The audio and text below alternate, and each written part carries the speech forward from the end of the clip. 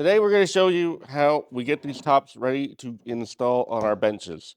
So this is a third part of our little series here that we're preemptively doing so that when we do the bench build videos, you can refer back to these to get the tops done well without making the videos really long. So if you're from the future, hey, how's it going? This is a much longer ago, simpler time perhaps. I don't know. Anyway, so in this video, a slightly younger, much more boring version of me is going to explain to you how I get the tops ready to go for these. Okay, so stay tuned till the end when I'm going to give you some final thoughts on this because I just watched it and there's a couple things that maybe I overlooked or things that I want to talk about going into the future. So anyway, enough of that. Let's get to it. All right, so it's the next day. They've dried overnight, taken the clamps off, and now I'm going to cut them to size.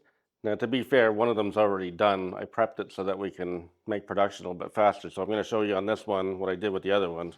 So I left it long just so I didn't have to worry about uneven ends. This is where it helps to have a big monster miter saw.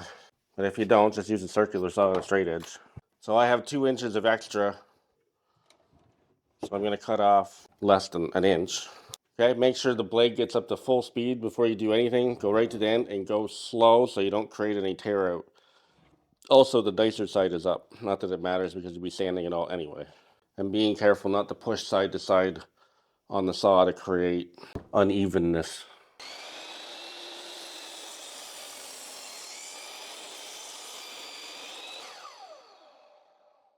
Okay, I'm going to go 44, and I'm going to add an 8 just for good measure here. It doesn't have to be precise.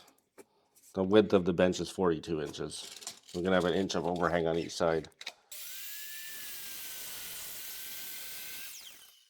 Okay, so I'm going to put it on the bench here. See if these cookies do the job. That's not bad.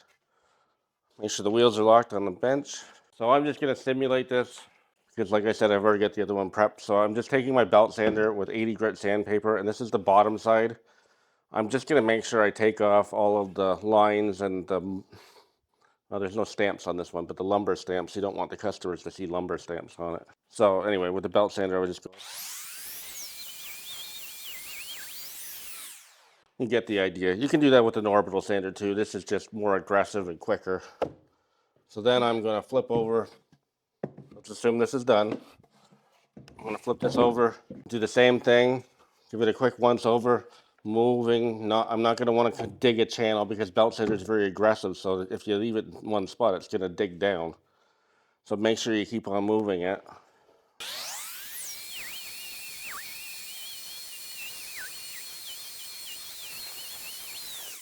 Like I said, it's a personal preference.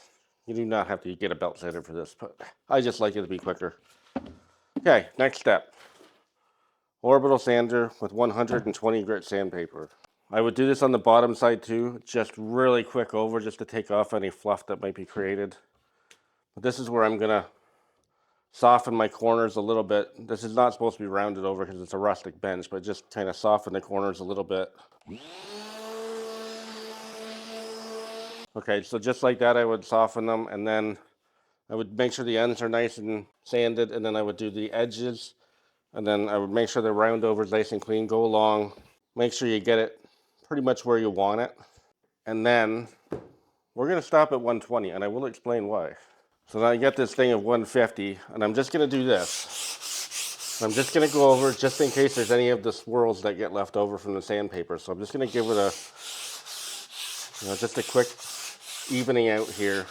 Now the reason why I'm not using anything more than 120, except for the 150 there at the end, is because the benches themselves were done at 120. These are supposed to be rustic benches. If I do this any higher than that, this is going to come out different. Because if you do too high of a grit, you close the pores. So this is going to absorb less stain than the benches did, and they're not going to match. We're going to snap our fingers, and then the other one will be in here. All right, here it is. This is the bottom side, and I am going to stain the bottom side because I don't want to risk any complaints because this is for a custom order. Takes very little effort to do it. Okay, on the top, as well as the rest of it, you could use a pre-stain, which is going to keep it from being blotchy. Once again, rustic. And if I do this on the top, it's not going to match the bottom because it won't penetrate as well. So I'm not using pre-stain on this. Keep in mind as well, I'm using spruce, which doesn't get near as blotchy as pine does. I want to make sure we have this nice and stirred up. I've already been stirring it for a while, but just make sure you keep stirring it because it likes to settle, because that's what stain does. Okay, lint-free cloth. You should wear gloves when you're doing this, but I've only got a little bit to do here. And I'm just going to try to keep my fingers out of it.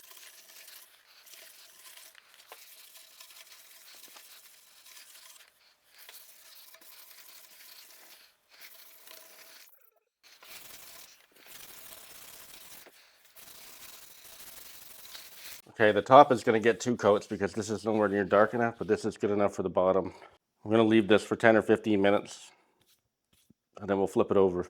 Okay, so we've let it soak in a little bit, and I have these Craig bench cookies, which also turn into painter pyramids, so I'm going to set them on the points. The bottom, it doesn't matter, that's why we did the bottom first. So now, it's just a matter of getting stain all over your nice workbench because you didn't have a big enough piece of cardboard.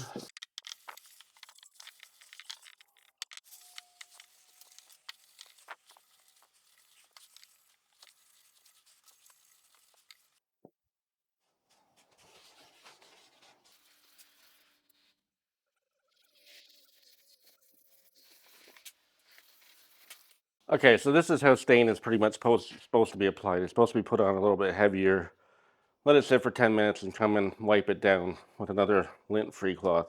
I did not do that on the bottom because I didn't put it on very thick, and I'm not getting that picky with it. Just make sure that when you're done with these, that you don't just chuck them in the garbage because they can spontaneously combust. So I usually just take them outside, spread them out, and let them dry outside. They should have that really big letters on the can, but you have to read the fine print. Okay, so I'm going to give it the wipe down here. And just to be clear, the spontaneous combustion thing only applies for oil base. It'd be hard pressed to get latex or water base to do that. So we're just doing this to make sure that we get any excess off so it doesn't penetrate more in other spots and make it all uneven. And as you can see, there's no huge splotchy parts. This is exactly how you want a rustic piece to come out. Get a little bit of darkness there. Some blemishes there. Not there. So yeah, pretty nice. All right, so we stained it yesterday. We let it sit overnight. Give it a good 24 hours. And now, this is an extremely important step that not a lot of people will tell you to do. Put a nice solid coat on the bottom, because you want it to be sealed all the way around so it doesn't absorb any moisture. Because if it sucks moisture through the bottom but not through the top, it's going to twist. So we've done every other step right, so we're going to make sure we do this one. And it doesn't have to be any kind of pretty because no one's going to see it. You just want to make sure that it's sealing it.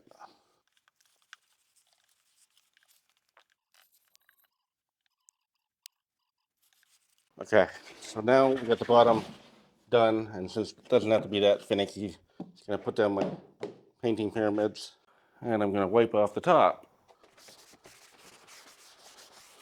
All right, so what I do when I use polyacrylic is I put on the first coat, let it dry, then I put on the second coat, makes it a little bit thicker, and then I'm going to sand between coats really lightly. If you only do one coat and then try to sand really lightly, sometimes it'll go right through it.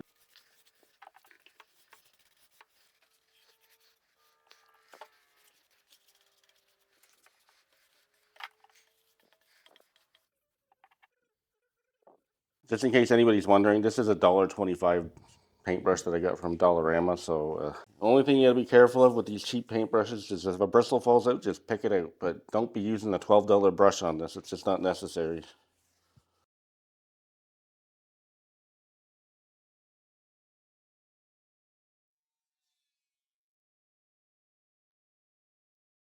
Okay, so we got a nice hot summer day here. So I'm gonna give it about a half an hour to 45 minutes, and then we'll come back and recoat it.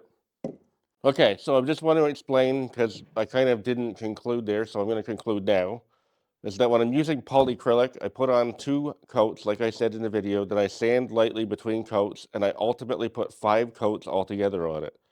If I'm using polyurethane, I will do 3 coats, and I'll sand in between each coat, because polyurethane is much tougher.